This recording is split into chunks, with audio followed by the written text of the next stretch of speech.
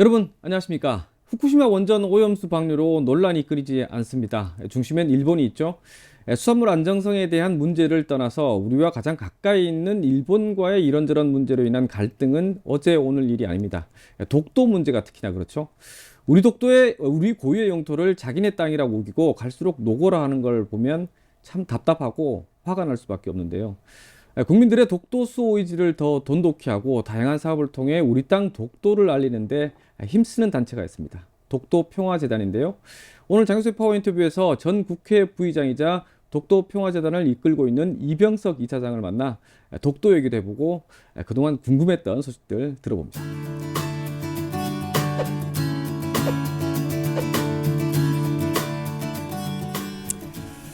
반갑습니다. 반갑습니다. 네, 참 개인적으로나 공식적으로나 정말 오랜만에 파워 인터뷰에 출연하시는 건데요. 참 소식이 참 궁금했습니다. 먼저 오랜만에 또 출연하신 거니까 간단하게 인사 한번 부탁드릴까요? 네, 존경하는 우리 포항 시민 여러분, 정말 오래간만에 뵙습니다. 보고 싶었습니다. 무엇보다도 포항에 엄습해 왔던 지진의 피해, 그리고 코로나를 통한 아픔들, 더더구나 수해를 통해서 겪었던 고통들이 우리를 엄습했음에도 불구하고 포항 시민들은 어연했고 당당히 잘 헤쳐서 오늘 건강한 포항, 또 내일의 미래를 향한 더 큰 포항을 만들고 계시는 우리 포항 시민 여러분들께 진심으로 존경을 표하고 싶습니다. 그 모든 역할에 혹여 제가 할 수 있는 역할이 있으면 최선을 다해서 나서겠습니다. 오늘 다시 한번 뵙게 돼서 진심으로 반갑습니다. 네. 자, 국회 부의장까지 왕성한 활동을 하시다가 정치 인생에 좀 고비가 좀 있었는데요. 근황을 궁금해하시는 분들이 꽤 많습니다. 그동안 어떻게 지내셨어요? 제 근황은 다르게 생각하실는지 모르지만 네. 그래도 일상은 매우 바쁘게 채워나갔습니다. 네. 무엇보다도 체코의 프라 경제대학에 네. 1년간 유학을 다녀왔습니다. 네. 그곳에서 제 박사학위 논문의 주제이고 연구 영역인 토지 개혁과 정치 발전, 예. 이 부분에 대한 연구를 더 심화할 수 있는 기회를 가졌고요. 예. 다만 그 유학을 하는 대신에 프라 경제대학에서 논문을 하나 내야 되기 때문에 바로 체코와 터키의 두 나라의 건국 시점의 토지 개혁과 정당 제도화에 관한 연구 논문을 쓰고 예. 그리고 대가를 지불하고 난 다음에 1년간 유학을 마치고 나올 수 있었습니다. 네. 또 무엇보다도 대한민국 전직 국회의원을 지낸 네. 대통령과 그리고 국무총리, 대법관이 포함되어 있는 1,000여 명의 전직 국회의원들이 모여서 만든 하나의 단체, 대한민국 헌정회. 예. 바로 그곳에서 국회 부의장을 지낸 저에게 예. 이제는 우리의 후세, 신진 참신 정치인들을 만들어내기 위한 정치 아카데미를 통해서 인재를 키우자. 근데 그 최초의 역할을 제보고 맡아서 예. 초대 교장 또는 예. 원장으로서 정치 아카데미를 창설해서 운영을 했습니다. 지난 6월까지 네.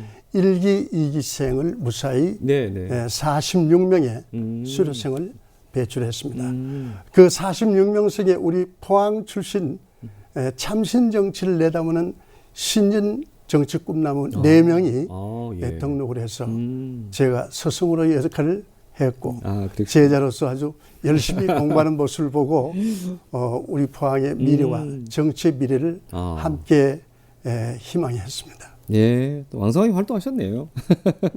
자, 오늘은 우선 독도 평화재단 이사장 자격으로 제가 초대했고요. 뭐 독도에 대한 이사장님의 어떤 관심이야 오래전부터 제가 좀 알고 있었고, 자, 그렇다면 어떤 과정을 통해서 이 독도 평화재단을 이끌게 됐습니까? 독도 평화재단은요, 2008년에 네. 제가 국회의 국토해양위원회 상임위원장을 맡게 됐습니다. 그러셨죠. 예.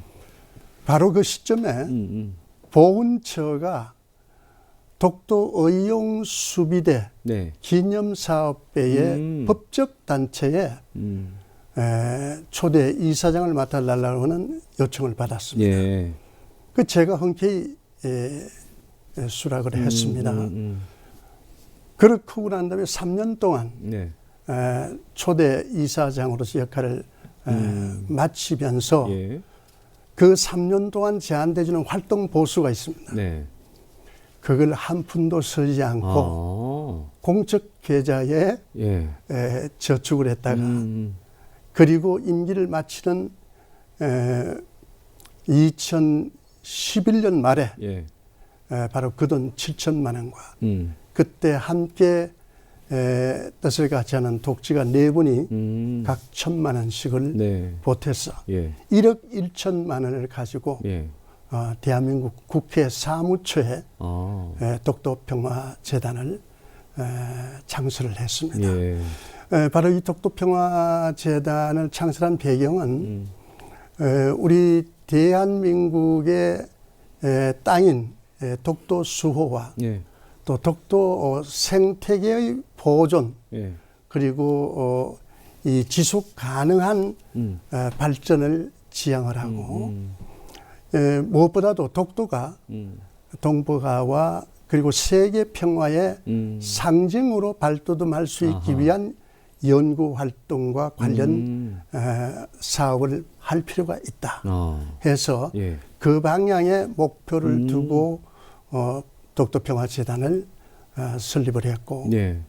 지금까지 2011년 말에 창설해서 지금까지 13, 14년 동안 지속적으로 운영해 오고 있습니다. 그 중에 하나 중요한 사업은 예. 매년 이 개인과 기관을 선정을 해서 예. 독도 수호 운동에 기여를 한 단체나 개인에게 독도 평화 대상을 시상함으로써 예. 일정 금액의 시상금을 보상을 해서 예. 세 건의 단체를 만듭니다. 네.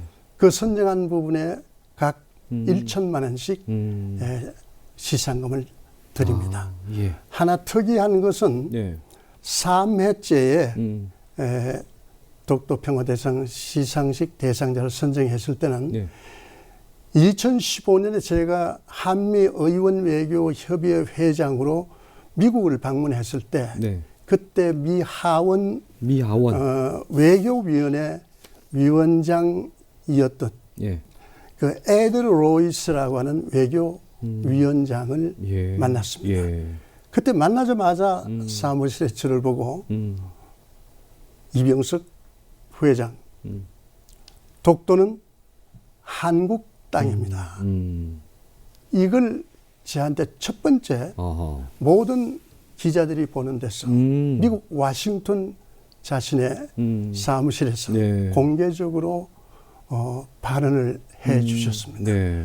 이건 대단한 사건이었습니다. 그럼요. 예, 예. 그때 당시만 해도 미국과 일본은 계속 방위 조약 그리고 그렇죠. 양국의 국가 이익의 전략적 목표를 두고 긴밀하게 협조하고 있는 상황에서 미국의 외교 하원 외교위원장이 직접 지난 200여 년 동안에 걸쳐서 현대사에서 예. 혼란이 있는 가운데 어느 날 독도가 일본의 땅으로 둔갑을 해 있는 모습을 보았지만 예. 그러나 독도는 여전히 한국 땅이다 하고 선언을 해 주신 분이 그 에드 로이스 미하원 외교위원장이십니다. 네. 이분을 3회째 독도 평화대상 시상식 때 우리가 특별 대상으로 선정을 했습니다. 예. 그런데 이 시상금을 전달할 방법이 없었습니다. 미 의회에서는 1천만 원의 시상금을 받을 수 있는 법적 근거가 전혀 없었습니다. 없군요. 예. 그래서 국회의원으로 재직하는 기간 내내 바로 이 시상금 지금도 전달하지 못한 채 그대로 묶여 있는 겁니까? 묶여 있는 상황으로 있습니다. 예. 올해 독도평화대상 시상식에 바로 그 에드로이스 미하원 전 외교위원장을 가능하면 좀 모셔서 시상할 수 있는 여러 가지 외교 경로를 지금 진행하고 있는 중입니다. 예, 제가 추후에 이제 독도평화 대상을 한번 물어보려고 했는데 좀 잠시 후에 좀 더 자세하게 좀 제가 물어보겠습니다. 자, 뭐 제가 알고 있기로는 뭐 경상북도에는 독도재단이 있지 않습니까? 그렇죠. 기존 독도 관련 단체와 독도평화재단의 어떤 차별성이라 그럴까요? 뭐 차이나 이런 것들을 좀 제가 들을 수 있을까요? 도에서 독도재단을 가지고 있는 것은 이 독도가 소속되어 있는 지방 정부의 최고의 수장 기구입니다. 그렇죠. 왜냐하면 독도 자체가 당장 국가 지도하에 들어가 있다고는 보지 않습니다. 또 일본도 시마네현 같은 지방 자치 정부를 중심으로 독도 문제를 끌고 나가고 중앙 정부는 거기에 일정 거리를 두고 있는 상태를 유지하면서 그때그때 중앙 정부의 연계를 시도하면서 전략적 가치를 강화시켜 나가는 현상과 같습니다. 네. 우리도 그런 관점에서는 우리 독도가 경상북도에 포함이 되어 있기 때문에 그렇죠. 이 독도 수호를 총괄하고 있는 지방정부의 행정 최고 기구다 이렇게 볼 수 있습니다. 그런데 이 정부가 하는 일 중에서 저는 보완하는 차원에서 독도평화재단을 통해서 민간 차원에서 지속적이고 반복적인 독도 수호 운동을 지속하고 또 이것은 전 세계의 홍보를 보다 민간 차원에서 자연스럽지만 오히려 효과를 더 확대할 수 있는 방법으로 우리가 보완하는 관점에서의 차이를 갖고 있다 이렇게 보고 그러나 지금 현재 이 독도평화대상은 업무 협약에 의해서 경상북도와 독도평화대상이 사실상 공동으로 작년 10회까지 그렇게 운영해 왔고 원래 11회째는 똑같은 방식으로 국회에서 독도평화대상 시상식을 거행할 예정입니다. 참 의미 있는 단체라는 생각을 해봅니다. 어차피 뭐 지금 독도 얘기가 나와서 말인데요. 뭐 아까 방금 미국 하원 외교위원장이 이제 독도를 한국 땅으로 인정한다 이렇게 뭐 말씀하셨지만 그 인정하는 자체가 저는 사실 좀 불쾌할 수도 있거든요. 우리 땅인데 뭘 또 인정을 받나. 뭐 그런 의미가 있고요. 자, 독도 얘기가 나오면 또 일본이 나오고 또 우리 정부의 대응이나 의지 또 국민적 관심 뭐 이런 것들이 꼬리에 꼬리를 물 수밖에 없는데 사실 독도 문제 자체가 매우 중요한 현안이지 않습니까? 그런데 이 국제 분쟁 지역으로 만들려는 일본의 전략에 좀 사실 우리가 좀 말려드는 게 아니냐 이런 얘기도 나오고 있습니다. 어떻게 보십니까? 정부는 늘 소극적 한계 내에서 이게 분쟁화돼서 국제사법재판소에 일본이 넘기려고 해서 거기에서 유리하게 일본이 독도 땅을 가져가려고 하는 전략적 업무가 있다는 걸 전제로 했을 때는 신중할 수밖에 없지만 그렇겠죠. 그러나 우리가 가야 할 길이 분명히 정책이 있지 않느냐. 그 정책이 내가 주장한 대로 독도 유인화를 실질적으로 만들어가자 하는 것이 그때 주장이었습니다. 그러니까 일본은 일본 입장에서 독도는 자기들 땅이라고 얘기를 할 수 있겠죠. 그러나 우리는 이미 1500년 전부터 역사적으로나 지리적으로나 국제법적으로 실효적 지배를 하고 있는 우리니까 그냥 아무렇지 않게 조용한 외교로 무시하고 간다 하는 그 자체가 우리가 오히려 함정에 빠질 수 있지 않느냐. 근데 그렇다고 하면은 우리가 할 수 있는 일은 뭐냐. 독도를 유인화 시켜 나가는 방식이다. 왜냐하면 저 독도를 하나의 사람이 살 수 없는 돌섬으로 본단 말이에요. 그렇죠. 그러니까 그거는 여러 가지 이제 전략적 가치를 자기 입장에서 아전인식적으로 끌어갈 수 있지 않습니까? 그렇죠. 그런데 우리나라 독도에 주민이 살고 또 그 주민이 생산한 여러 가지 산물이 있고 그렇죠. 물이 나오고 그리고 거기서 만들어진 여러 가지 산물이 유통이 되면서 세금까지도 낼 수 있고 그다음에 한국인들이 우리 땅 독도에 자유롭게 입도하고 그리고 가서 보고 뭐 이럴 수 있는 독도 유인화 정책을 우리는 조용하지만 단호하게 그 방향으로 끌고 가야 된다는 데 대한 정책 지향을 계속 우리가 주장을 하고 제가 또 그걸 각별히 주장을 했습니다. 예. 그런데도 정부는 하여튼 조용한 외교로 갔으면 좋겠다는 그 방침과 보이지 않게 계속 충돌해 나간 바 있습니다. 예, 뭐 방금 말씀하셨던 조용하지만 단호한 유인화, 이건 정말 저도 공감하는 부분입니다. 뭐 어쨌든 뭐 우리 땅 독도의 연경 강화를 위해서 정부 차원의 적극적인 대책 그리고 또 더 많은 국민적 관심이 좀 필요한데 그래서 이제 독도평화재단의 어떤 역할이 좀 더 분명해질 것 같습니다. 그죠? 그러니까 이제 아까 말씀드린 대로 그 조용하지만 단호하게 우리의 독자적인 유인화 정책을 일본이 우리의 땅 독도를 일본 땅이라고 말하는 농도에 맞춰서 그렇죠. 우리도 그 수준에 맞춰서 그만큼의 독도 유인화 정책을 끌고 가야 된다는 게 기본 전제를 깔고 네.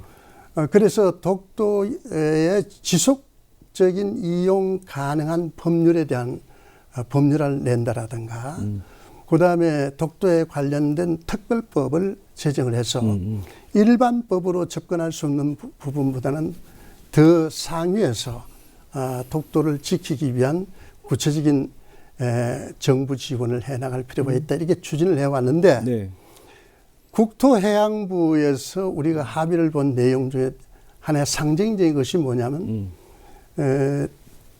독도 종합해양과학기지와 같은 거. 종합해양과학기지. 이것은 독도가 있는 북동쪽에 1km 떨어져 있는 바다에 네. 무인체계로 그걸 우리가 설치를 해서 그다음에 기상 문제라든가 그다음에 태풍 예고 그리고 각종 그 주변에 관계되어 있는 생태학적으로 과학적인 접근을 해서 그걸 자료를 모을 수 있기 위한 과학기지를 만들 필요가 있다. 예. 그래서 그걸 국토해양위원장 시절인 제가 다 예산을 마련해주고 또 정부가 그것을 설치하겠다 이렇게 얘기를 했습니다. 네. 그다음에 우리가 연간 한 30만 명에 해당하는 정도의 우리 한국 국민들이 독도에 방문을 합니다. 그런데 이 방문하는 우리의 독도 입도객들이 안전하게 그 독도를 방문하고 돌아올 수 있기 위한 헌법에 보장된 최소한의 생명권, 안전권, 더 나아가서는 여행을 통한 이동권을 보장하기 위한 기본 시설을 만들어 주라.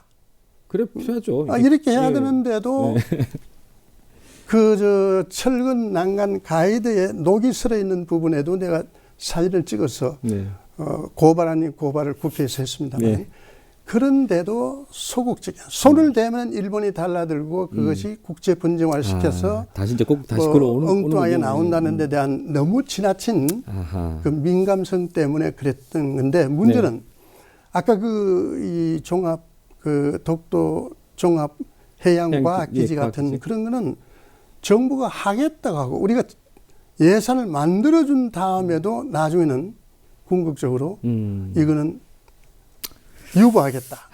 그리고 나중에는 설치하지 않겠다. 또 이렇게 나가는 부분이 상징으로 나오는 게 뭐냐면 독도 유인화 정책에 있어서 정부나 국민이 조용하지만 단호하게 나가야 될 바로 그 부분을 조금씩 우리가 놓치고 가지 않았나 이렇게 봅니다. 답답합니다. 자, 지금 뭐 행사를 준비하고 계시지만 독도평화대상 10월에 있죠. 10월에 있는데 평화대상 시상식도 굉장히 좀 의미를 더하지만 그 안에서 부속으로 어떤 세미나도 하실 테고요. 여러 가지 독도에 관한 정책, 어떤 독도를 위한 어떤 국민적 관심을 끌어올리기 위한 여러 가지 또 대안들도 좀 많이 나오겠습니다. 올해 11번째 독도평화대상 시상식을 거행합니다. 개인과 단체 세 분야로 나눠서 만들지 않습니까? 네. 올해는 국회에서 하려고 합니다. 예. 처음 1회도 국회에서 했습니다. 예. 원래 작년까지 10회였으니까 개인이든 단체든 사실은 30건에 해당하는 네. 30 분야에 해당하는 시상식을 했지 않습니까? 네.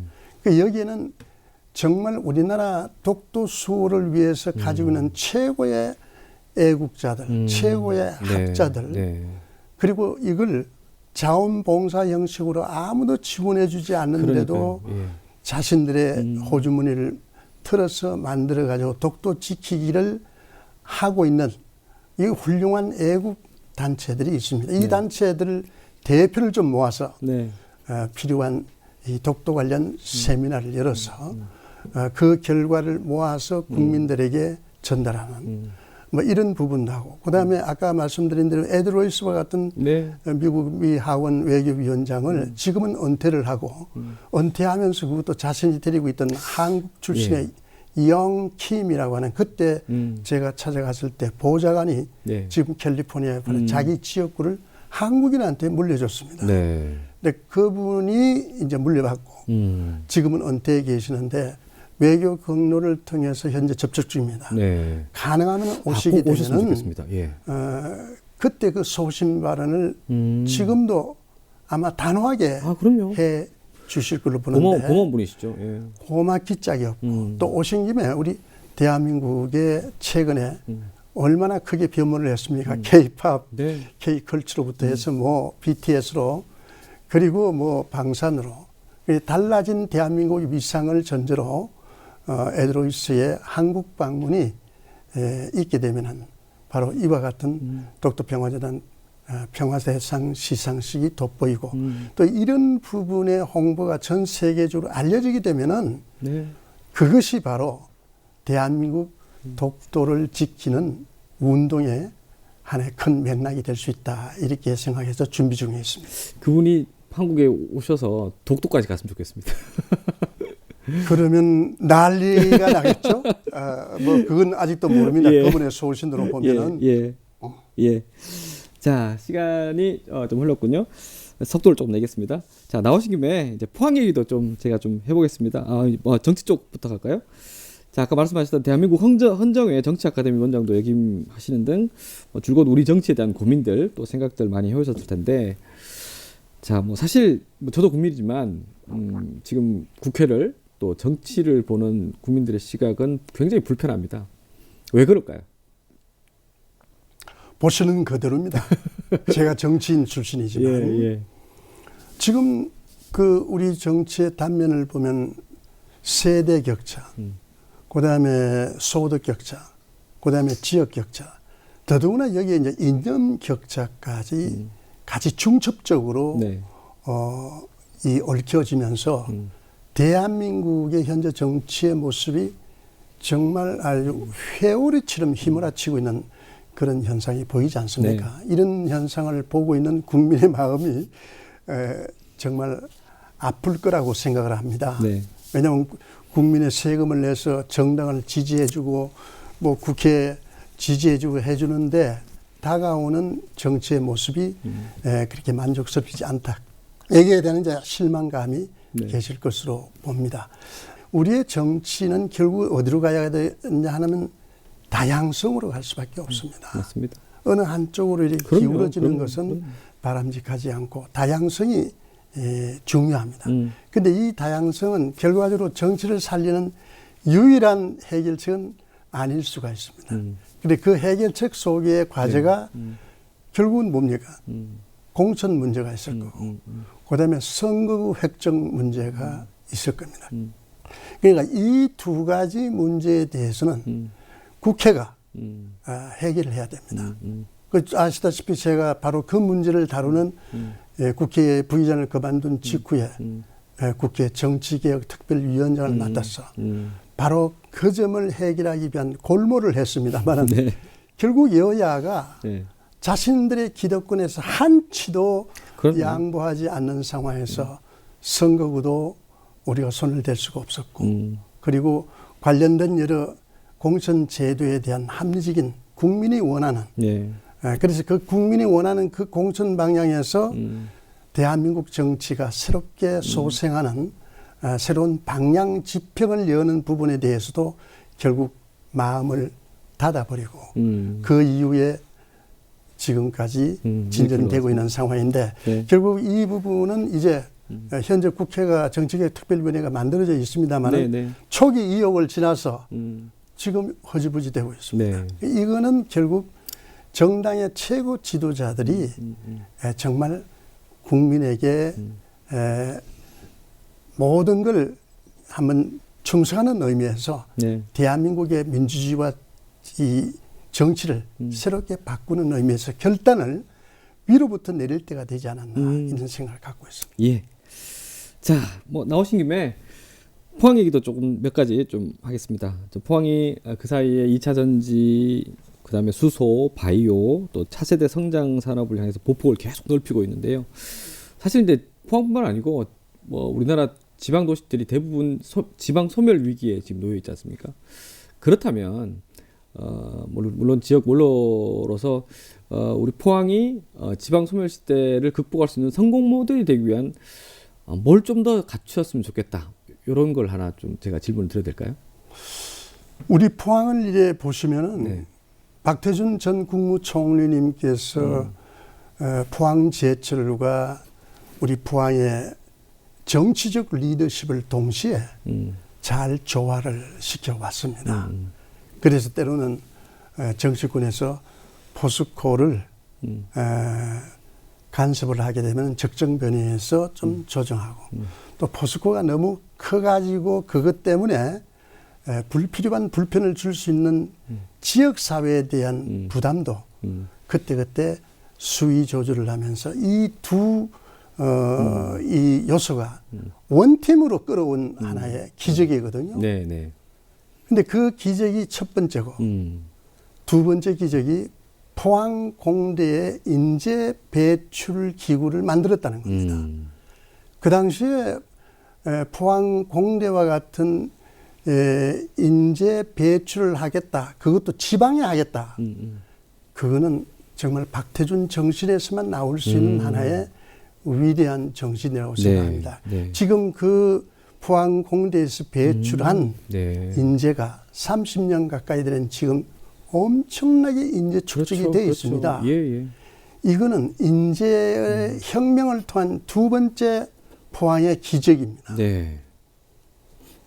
세 번째가 뭐냐면 제가 국대항위원장을 맡고 있을 때였습니다만 그때 중심 전후로 해서 포항이 본격적으로 SOC가 추진되기 맞습니다. 시작했습니다. 근데 그전에는 완전히 갇혀있는 하나의 외로운 섬이었습니다.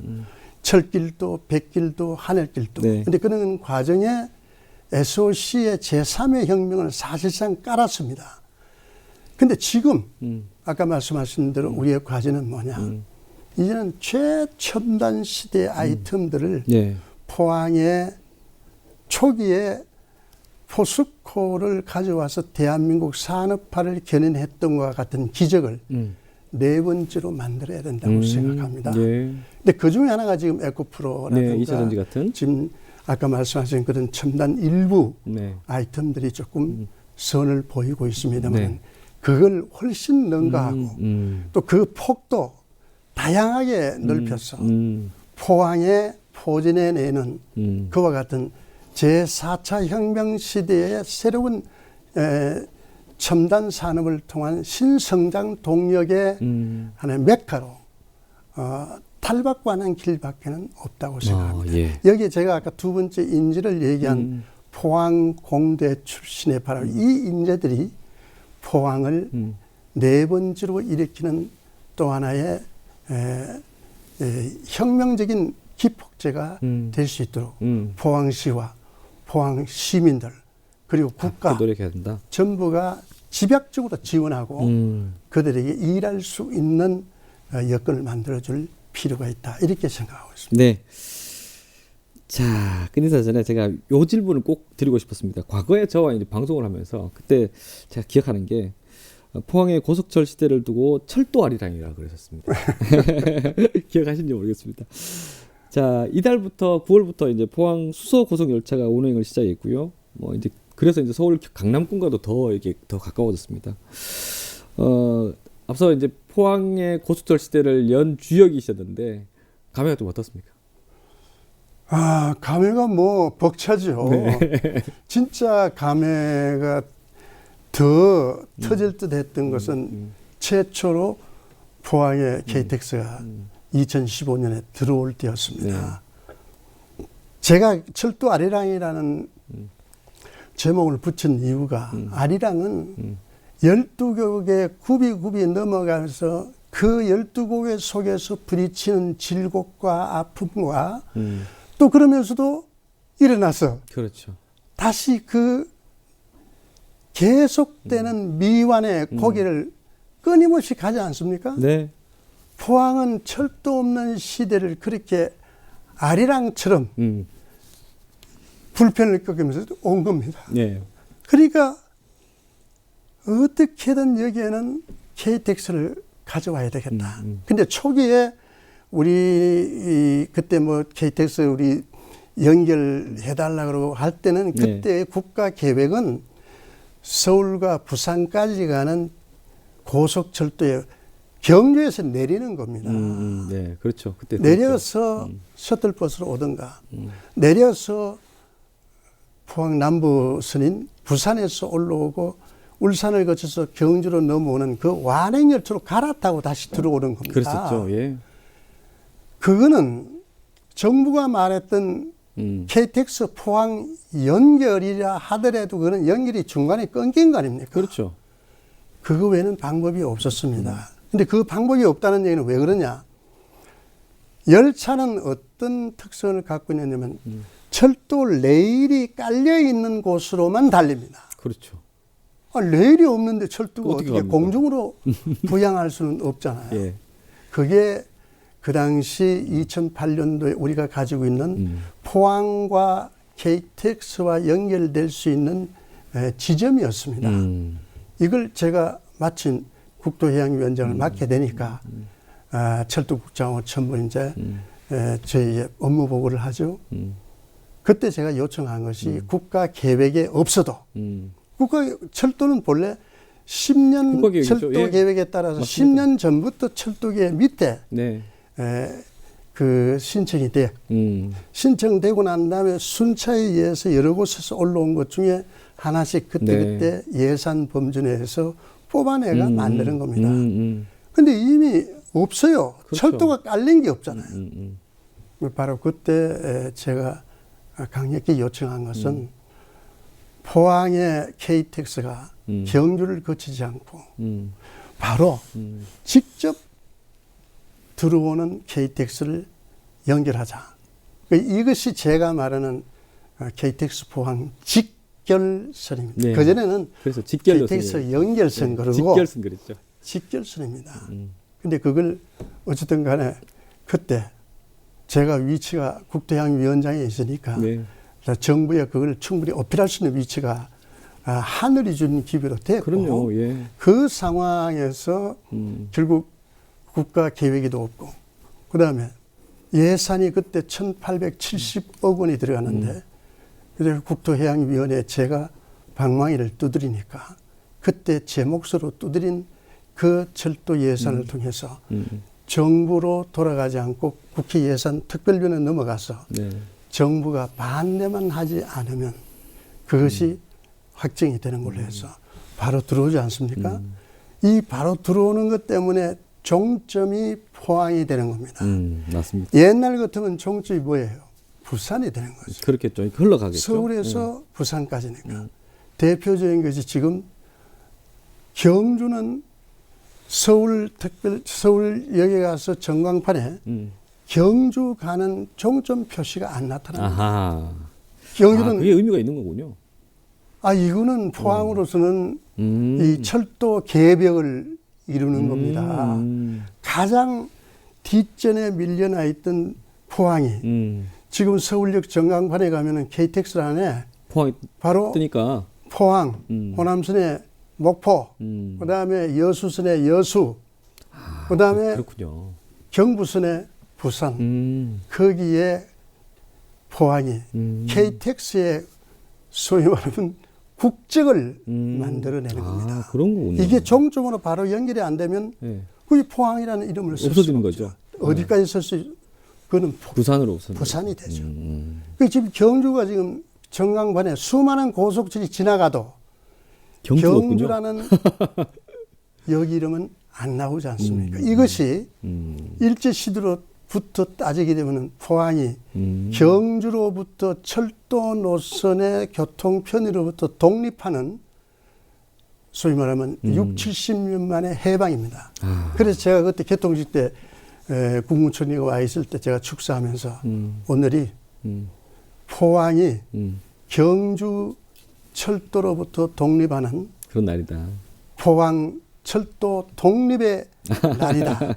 네, 그렇게 축사를 했던 기억이 나기 때문에 감회가 깊습니다. 아까 말씀하신 대로 SRT가 오든 또 다른 데서 오든 이 철도 노선에 있기 때문에 그러니까요. 그 위로 달릴 수가 있는 겁니다. 그리고 SRT 같은 조정은 단순히 뭐 포항에 하나만 들어오기 위해서는 아니고 저걸 조정하려면 우리 광주, 그다음에 KTX와 SRT와의 관계, 또 있어야 되죠. 이 경쟁 구도이기 때문에 이걸 하면 조정을 하려면 엄청나게 조정해서 만들어지는 겁니다. 그래서 초기 우리가 그 개통했을 때 SRT가 바로 들어올 수 없는 거는 그 초기 단계에서 SRT가 아직 정립이 안 돼 있었습니다. 그렇겠죠. 예. 이제 처음으로 경쟁 구도로서 회사를 만들어서 경쟁함으로써 요금을 낮추고 철도 이용객들에게 도움을 더 많이 갈 수 있다가는 그 당시에 방침이 만들어졌는데 회사가 두 개가 되면 노선을 두고도 굉장히 조정하기 그렇겠죠. 어렵습니다. 지금도 SRT가 들어오면 그리고 KTX 쪽에서 얘기는 뭐냐면 그러면 지금 SRT가 KTX 현 노선 속에 들어오면 KTX도 SRT 노선에 들어가게 해라. 그러니까 이게 조정이 잘 안 되는 거예요. 어쨌든 간에 SRT가 들어오는 것은 우리 포항으로 올 수 있는 방문 여객들을 다양하게 그렇죠. 우리가 수용할 수 있기 때문에 또 서울도 가까워지고 서울은 또 서울대로 지역이 넓으니까 다양하게 접근할 수 있고요. 또 다른 방향에 또 다른 뭐 회사가 하나 만들어져서 포항에 들어오는 그런 경사가 있으면 더 좋습니다. 결국 중요한 건 일단 철길이 있으니까. 철길을 만들어놨기 때문에. 근데 옛날 철길이 없을 때는 못 오죠. 경주로 가 이게 안 되지 않습니까? 자, 저희가 준비한 시간들이 거의 됐는데요. 어쨌든 제가 정말 오랜만에 뵙고요. 또 반갑고 또 여러 가지 얘기도 많이 들었습니다만 뭐 기회가 되면은 또 뵙고 싶습니다. 끝으로 뭐 사적이든 공적이든 우리 지역을 위해서 어떻게든 힘을 좀 보태겠다 이런 뭐 각오가 있을 텐데 끝으로 우리 시민들한테 한 말씀 해주시고 이 시간 정리하겠습니다. 사실은 우리 포항이 이제 한 단계 좀 더 나아가야 될 텐데 지금 뭐 잘하고 계시지 않습니까? 네. 근데 그게 더 잘해서 우선 당장 저는 포스코와 포항 시민과의 관계 이것은 빨리 해결이 됐으면 좋겠다. 네. 두 번째는 우리가 그때 시작했던 SOC들이 그때 시작한 이후에 더 진전이 안 돼 있는 모습으로 그렇게 비치고 있는 부분은 여기에 박차를 가해서 영일만 대기도 만들고 그 다음에 영천에서 올라가는 청량리로 해서 가는 중앙선 철도 노선에 대한 부분도 점검하고 그 다음에 저쪽에 넘어가면 우리 이제 KTX 역사가 좀 좁다고 그러는데 그것도 머리 맞대고 생각하면 좋은 방안이 나오지 않겠나. 이런 부분에 대해서 다시 한번 더 대대적으로 해야 포스코가 편리해질 수가 있습니다. 물류 유통에 있어서. 그다음에 세 번째는 문화 융성입니다. 우리가 아무리 뭐 철을 생산해 가지고 잘 산다 하더라도 방문객들이나 여행객들이 와서 머무르면서 포항을 구경할 수 있는 곳이 어떤 명소로 추천될 수 있는지 여기에 대해서는 문화 기본법을 중심으로 한 여러 좋은 법이 있는 만큼 바라는 마음을 염두에 두고 있습니다. 네, 아까 제가 그 철도 얘기하실 때 잠시 눈시울이 붉어지는 걸 봤는데 어쨌든 저도 감기가 좀 무량합니다. 자, 오늘 이 시간 고맙습니다. 감사합니다. 자, 독도 얘기를 시작해서 지역 현안에 대한 얘기까지 이병석 독도평화재단 이사장이자 전 국회 부의장에게 들어봤습니다. 장윤석 인터뷰는 다음 시간에도 새로운 인물 또 지역에 늘 애정을 쏟고 있는 분들을 만나봅니다. 함께해 주신 여러분 고맙습니다.